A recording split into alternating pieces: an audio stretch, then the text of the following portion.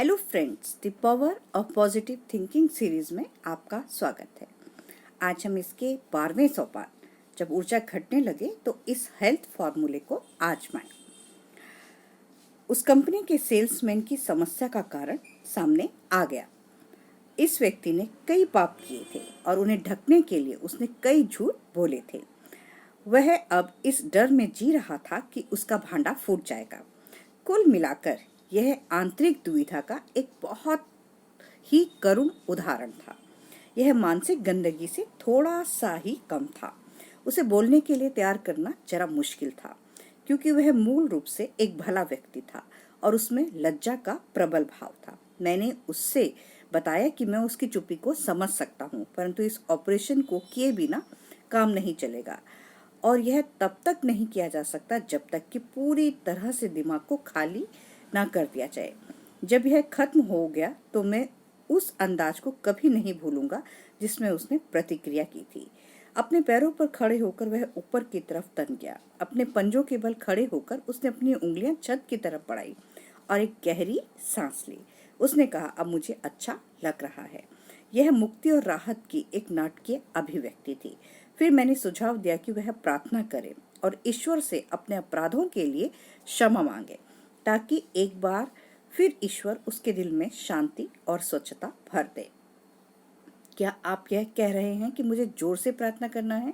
उसने शंका भरे स्वर में पूछा। मैंने अपने जीवन में ऐसा कभी नहीं किया। हाँ, मैंने कहा, यह एक अच्छी आदत है और इससे आपको शक्ति मिलेगी। यह एक आसान प्रार्थना थी और जहाँ तक मुझे याद है उसने यह कहा था, प्रिय ईश्वर, मैं एक बुरा व्यक्ति था और मैं अपनी गलतियों पर दुखी हूँ। मैंने यहाँ पर अपने मित्रों के सामने अपनी पूरी गलतियाँ स्वीकार की हैं। मैं अब आपसे यह मांगता हूँ कि आप मुझे माफ कर दें और शांति से भर दें। साथ ही मुझे इतना मजबूत बना दें ताकि मैं इन गलतियों को दोबारा ना दोहराऊं। दोबारा स्वच्छ और बेहतर बनने में मेरी मदद करें, पहले से बहुत बेहतर। वह उसी दिन अपने ऑफिस चला गया। उसने कुछ भी नहीं कहा गया और उससे कुछ कहने की जरूरत भी नहीं थी, क्योंकि जल्दी ही वह पटरी पर आ गया और आज वह अपने शहर के सर्वश्रेष्ठ सेल्स मैनेजर्स में से एक है। बाद में मैं उसके प्रेसिडेंट से मिला, जिसने कहा कि मैं नहीं जानता कि आपने बिल का इलाज कैसे किया, परंतु अब उसके अंदर आग दिख रही है। मैंने कुछ नहीं किया, जो कुछ किया है ईश्वर ने किया है, मैंने जवाब दिया। हाँ, उसने कहा, मैं समझता हूँ, जो भी हो वह पहले जैसा ही हो गया है। जब इस व्यक्ति की ऊर्जा घटने लगी तो उसने एक हेल्थ फॉर्मूला आजमाया जिसने उसे फिर से ऊर्जावान बना दिया। उसने मनोदैहिक दवा ली जिससे उसकी अस्वस्थ आध्यात्मिक और मानसिक स्थिति का इलाज कर दिया। यूनिवर्सिटी ऑफ क्लेरोडो मेडिकल स्कूल के डॉक्टर फ्रैंकलिन एबॉक के अनुसार सामान्य अस्पतालों के 1/3 प्रकरणों के पीछे शरीर संबंधी कारण होते हैं, जबकि 1/3 भावनात्मक और शरीर के मिले जुले कारणों से होते हैं और 1/3 स्पष्ट रूप से भावनात्मक होते हैं। माइंड एंड बॉडी के लेखक डॉक्टर फ्लैंडर्स डनबार कहते हैं कि सवाल यह नहीं है कि कोई बीमारी कितनी शारीरिक और कितनी भावनात्मक है। सवाल यह है कि यह कितने प्रतिशत शारीरिक और कितने प्रतिशत भावनात्मक है।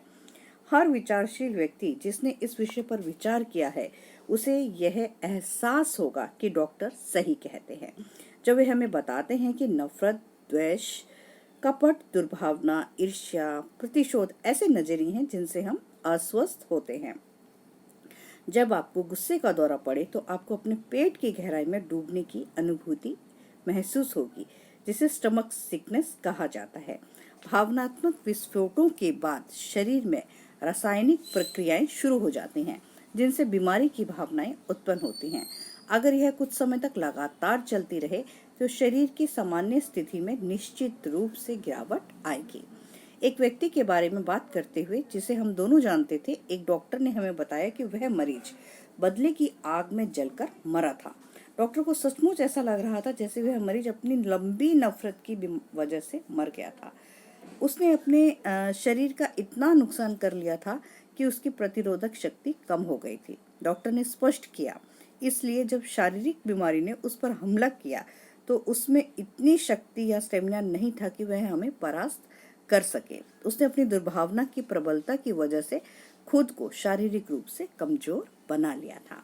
तो दोस्तों, इस वीडियो को आपको पसंद आई हो तो आप इसे अपने दोस्तों में शेयर कीजिए और मेरे वीडियो को लाइक कीजिए, सब्सक्राइब कीजिए। गुड बाय दोस्तों, बाय बाय, टेक केयर।